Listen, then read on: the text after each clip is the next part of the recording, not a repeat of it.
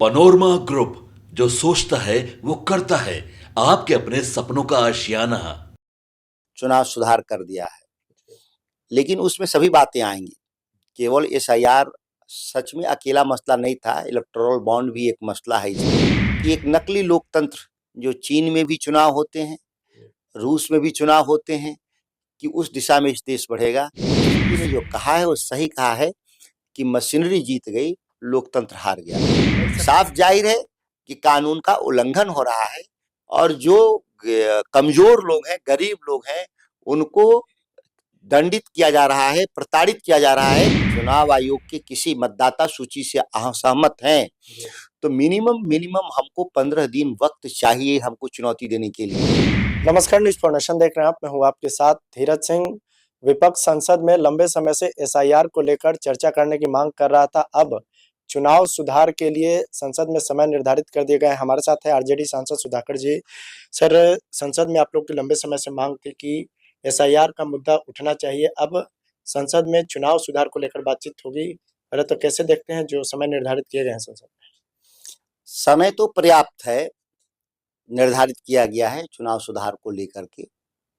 सरकार ने बचने के लिए, अपने दोष सिद्धि से बचने के लिए एसआईआर की हेडिंग्स को चेंज करके चुनाव सुधार कर दिया है, लेकिन उसमें सभी बातें आएंगी।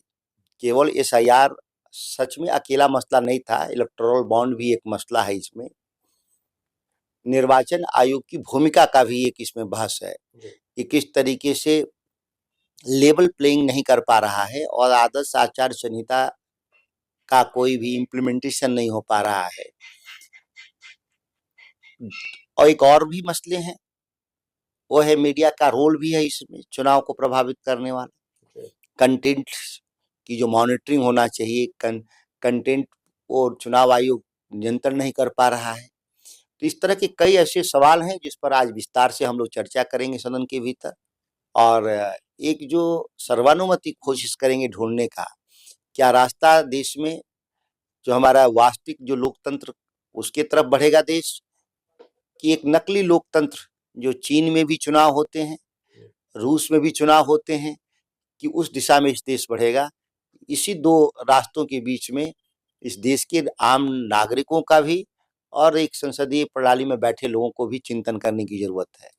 बिहार में हाल ही में विधानसभा के चुनाव हुए। तेजस्वी यादव लगातार कह रहे हैं कि वहाँ लोकतंत्र हारा है, मशीनरी जीता है। तो क्या आपको लगता है कि एसआईआर भी एक कारण रहा है जो आरजेडी और महागठबंधन की इतनी बड़ी करारी हार का? एक बड़ा कारण है एसआईआर। एक मुश्त 72 लाख मतदाता सूची से लोगों का नाम बाहर कर देना, चुनावी आइन चुनाव के वक्त 30 तारीख तक आप मतदाता सूची से नाम निकाल रहे थे और आप 6 तारीख को चुनाव की घोषणा कर देते हैं। जबकि एक सामान्य प्रक्रिया है कि आप अगर चुनाव आयोग के किसी मतदाता सूची से असहमत हैं तो मिनिमम हमको 15 दिन वक्त चाहिए हमको चुनौती देने के लिए, ये कानून कहता है। लेकिन निर्वाचन आयोग ने चुनाव कानून की धज्जी उड़ाते हुए इस देश में 6 तारीख को चुनाव की घोषणा कर देता है।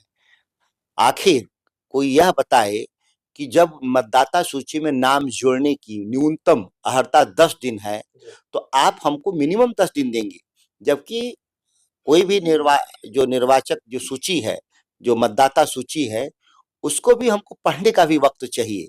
कार्यकर्ता के तौर पे, बीएलए के तौर पे, पार्टी नेता के तौर पे, चुनाव में लड़ने वाले जो लोग हैं प्रत्याशी के तौर पे भी उनको मिनिमम 2 से 4 दिन, नेचुरल जस्टिस की मैं बात कर रहा हूँ। लेकिन आप 6 तारीख को चुनाव घोषणा कर देते हैं, 10 तारीख से नामांकन शुरू कर देते हैं। कौन आप रास्ता चुने? इससे लोकतंत्र कमजोर हुआ है। और तेजस्वी जी ने जो कहा है वो सही कहा है कि मशीनरी जीत गई, लोकतंत्र हार गया। नई सरकार के गठन के बाद बिहार में नीतीश कुमार लगातार बिहार घूम रहे हैं। कल आपके बक्सर भी गए थे, 3 प्लांट का भी उन्होंने दौरा किया। इस बार उनका टारगेट है कि इंडस्ट्री को बिहार में बढ़ावा देना है। देखिए, माननीय मुख्यमंत्री जी आप तो पर्यटन ही कर रहे हैं और पर्यटन की अपार संभावनाएं हैं बक्सर में, तो स्वागत है उनका कि बक्सर में भगवान राम की दीक्षा भूमि, विश्वामित्र की कर्म भूमि पर वो आए। लेकिन ना भगवान राम, आना विश्वामित्र, आना पर्यटन, यह तीनों विषयों पर उन्होंने कोई चर्चा नहीं किया। जिन इंडस्ट्रीज की बात कर रहे हैं, वो इंडस्ट्री, मैं सांसद बना उस समय पार्लियामेंट के मेंबर होते ही हमने दिल्ली के भीतर स्पेशल इकोनॉमिक जोन की घोषणा पिछले साल अगस्त में मैंने करवा दिया था। पिछले साल अगस्त, और कुल मिलाकर देखें तो करीब-करीब अब 1.5 साल होने जा रहा है। और उसके लिए जो रिक्विजिट इंफ्रास्ट्रक्चर था वो नीतीश कुमार की सरकार के द्वारा पूरा नहीं किया गया। और जो इंडस्ट्री है वो पहले ही लग रही थी, लग गई हैं, अब तो ऑपरेशनल हैं जिन इंडस्ट्रियों की बात कर रहे हैं। मैंने सरकार से कहा भी था जा करके कि वहाँ एक परमानेंट पावर सप्लाई के लिए ग्रिड बना दीजिए। आप पानी की सप्लाई, गंगा से पानी उठा करके गंगा का पानी दे दीजिए इंडस्ट्री चलाने के लिए। यह दोनों ही प्रगति नहीं हुआ। और हमने कहा कि उस इंडस्ट्रियल एरिया को बड़ा कर दीजिए, 500 एकड़ और दे दीजिए उसमें, जिससे कि एक बड़ा इंडस्ट्रियल एरिया हो जाएगा। उस पर भी कोई प्रगति नहीं। तो अब माननीय मुख्यमंत्री जी बेसिकली अब पर्यटन कर रहे हैं घूम करके, तो उसी पर्यटन के काम को लेकर के घूमते-घूमते बक्सर नवानगर भी चले आए। रोज कहीं न कहीं जाते हैं, लेकिन उनके कार्य की प्रगति और समीक्षा करिएगा तो शून्य हाथ हासिल होगा। आखिर में एक सवाल है कि बिहार में इन दिनों जो बुलडोजर से अतिक्रमण के खिलाफ कार्रवाई की जा रही है, उसको कैसे देख रहे हैं? चूंकि सरकार की ओर से लगातार कहा जा रहा है कि न्यायालय के आदेश पर इस तरह की कार्रवाई की जा रही न्यायालय के आदेश का व्याख्या सरकार जिस तरीके से कर रही है वो दुखद है। है।